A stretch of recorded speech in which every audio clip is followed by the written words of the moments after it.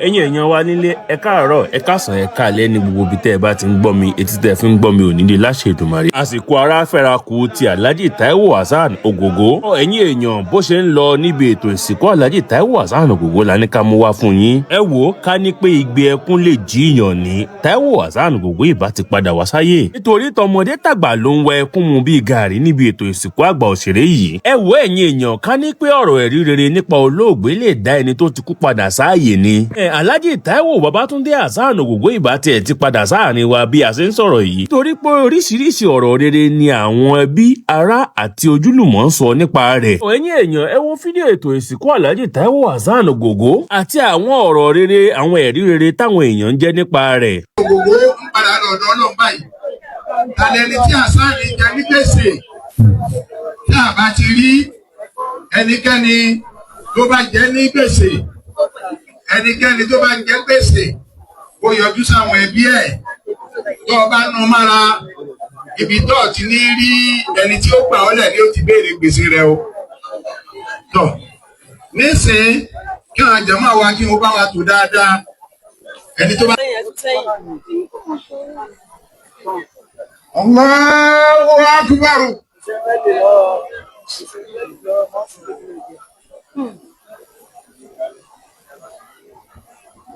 Allahu Akbar.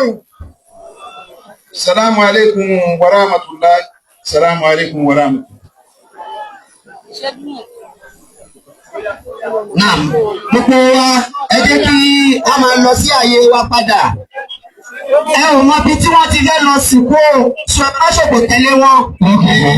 Ṣòkò tẹ̀lé àwọn àfáà. Ẹlẹ́kùn mẹ́ta àfáà ẹ̀ lọ́nà. Wọ́n tẹ̀lé àwọn àfáà rárá. Ẹlẹ́kùn ẹ̀jọ́. Wọ́n lẹ̀ ẹ̀kọ́. Wọ́n tẹ̀lé àwọn àfáà. Allahu Akbar.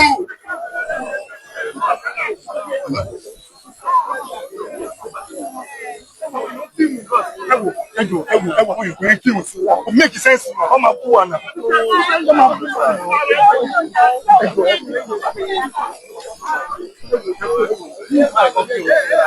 Allahu Akbar. Easy now. Easy.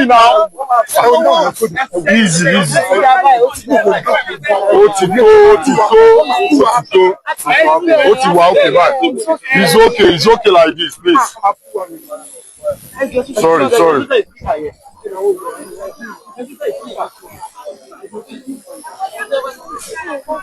Ọlọ́run á bá a ṣàánú wa.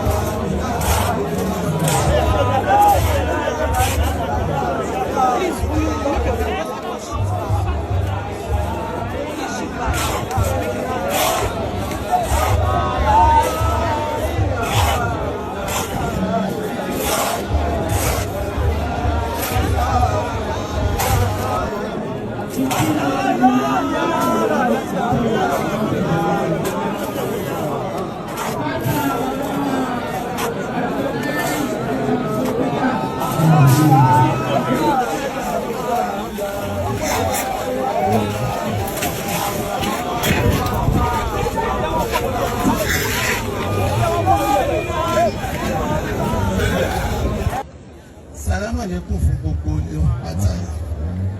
Auzubillahi minash shaitonir rajim, bismillahir rahmanir rahim. A dúpẹ́ fún ẹni rí wa, èèyàn dáadáa, gbogbo ọmọ kú ló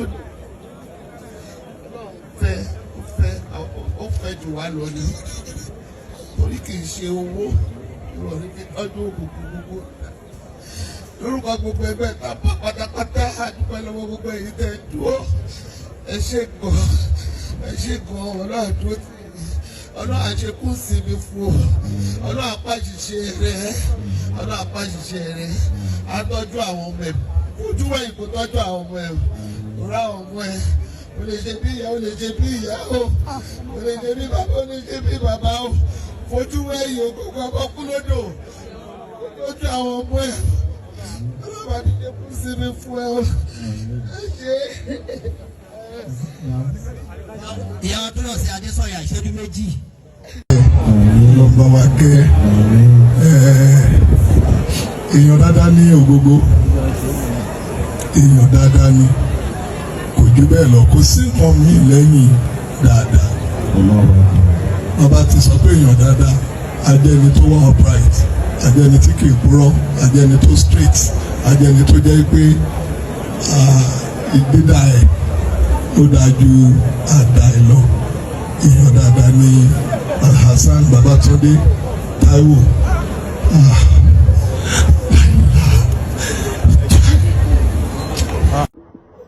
Èmi gbọ́ Ògógó akúròdò máa mẹ́lẹ̀ ọ̀rọ̀. Ògógó wa kú láàárọ̀ jí lọ́jọ́ alẹ́. Ojoojúmọ́ ni wọ́n fi kú tán ní ìjẹ́ ọ̀kan lábọ̀ lọ́dọ̀ àwọn ènìyàn. Oh my goodness, Òtókì ni wọ́n pa mi odò ní ipò kárára lómi odò ìpínlẹ̀. Ògógó. Ògógó. Ó dùn mí, ó dùn mí, ó dùn mí. Ó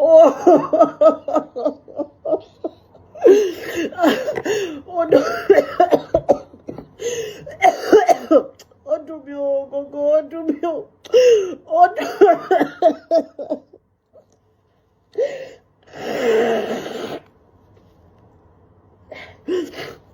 dùn mí, ó dùn mí, ó dùn mí, ó dùn mí, ó dùn mí, ó dùn mí, ó dùn mí, ó dùn mí, ó dùn mí. Action. My name is Tosi Adesanya.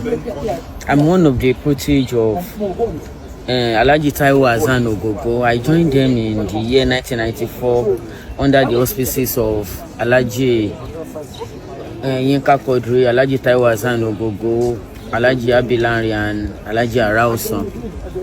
I trained for 10 years at Odunfa Kokos. My late boss was a man of integrity. He's an epitome of simplicity. He trained me how to chant. I've done many things. I've done during my years of training at Odunfa Kokos. I undergo a lot of training under the tutelage of Ogogo himself, because then our rehearsal was Monday, Wednesday, Friday, 7 to 9 at Odunfa Kokos, number 40, Odunfa Street, Ebute Meta. We really enjoyed our stays with my boss. I don't want to say Ogogo late. How can I even pronounce it? I was devastated since last week when I was talking to his daughter, Shaki Rats, popularly known as Kira, and Lola D. Rashidat. I was not myself when I received the news of his cancer, his health problem. All I can say is that Almighty God should grant him eternal rest. Ogogo is one in millions. We fondly call him Sati, Oma Abogunloko, Erin Bigbo, and I will never forget all his efforts. Whenever we had rehearsals, he treated everybody like his own children.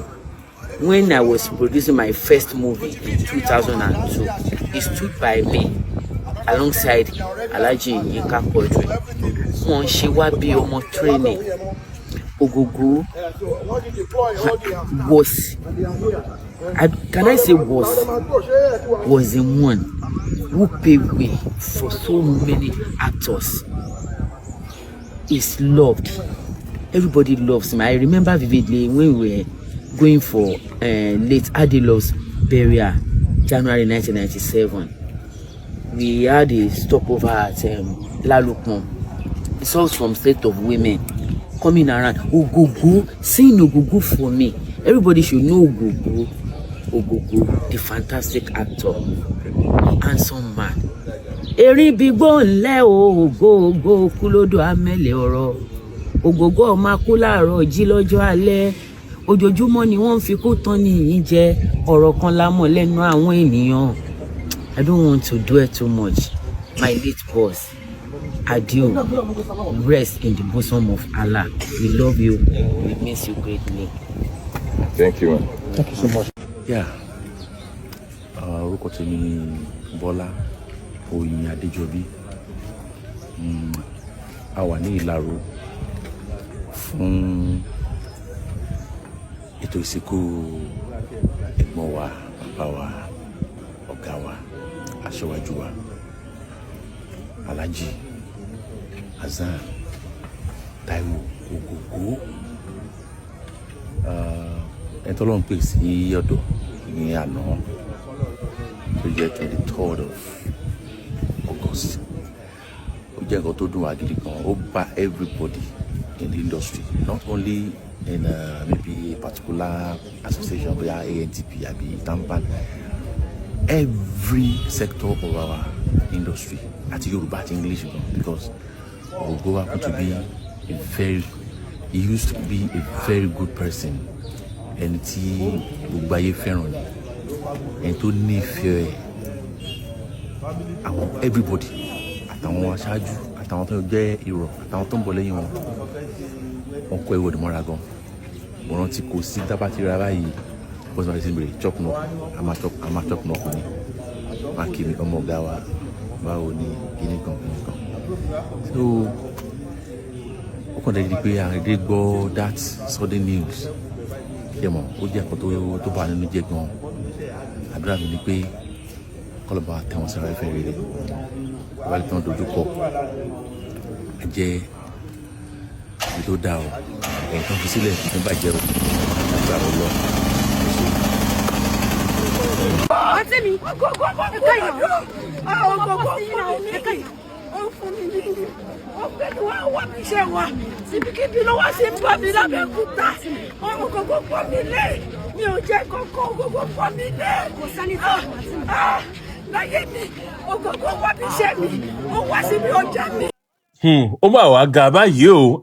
Ilẹ̀ ń jẹ́yàn. Alhaji Taiwo Hassan Ogogo ti jáde láyé. Bí eré bí àwàdà ó ti wá tán nìyẹn. Ó ti wá dárìn lọ̀kọ̀, ó ti dojú àlá báyìí. Ó ti wá kú pé àwa tá a wà láyé ká ṣayé eré. Àní kí Ọlọ́run jọ̀wọ́ kó bá wa tẹ́ Alhaji Taiwo Hassan Ogogo sáfẹ́fẹ́ rere. Kí gbogbo ohun tí wọ́n fi sílẹ̀ náà má sì dìbàjẹ́. Ọlọ́run jọ̀ọ́ kó bá wa tu ẹbí, ará, ojúlùmọ̀ àti gbogbo àwa olólùfẹ́ rẹ̀ nínú.